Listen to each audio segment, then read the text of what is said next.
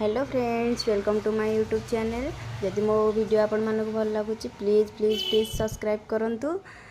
तो आज आम आपण पाखरे जदि किसी भी टोनर नहीं कि क्लींजर नहीं तो आपण कौन करेंगे, आपण किसी कंचा क्षीर नहीं जातु।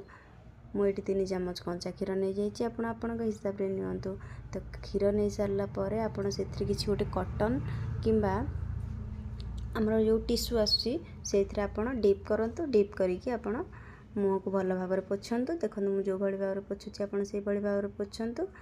आपण या 5 मिनिट रखी दिंतु। 5 मिनिट पर आप वॉश कर दिंतु। वॉश कलापर आप देखिए आपण स्किन सब मैला असना सब बाहरी जाए। टिश्यू को देखिए, टिश्यू रे आपण मुहर केते सब असना बाहरी। देखो मुझे आपको देखा केते मो मुहर सब थिला असना से गुड़ा सब बाहरी जाइए। तो चलतु आज आम संकल्प नवा जे आम समस्त को केमती खुशी रखा। आम द्वारा जी संभव आम से समस्त साहाय्य करवा।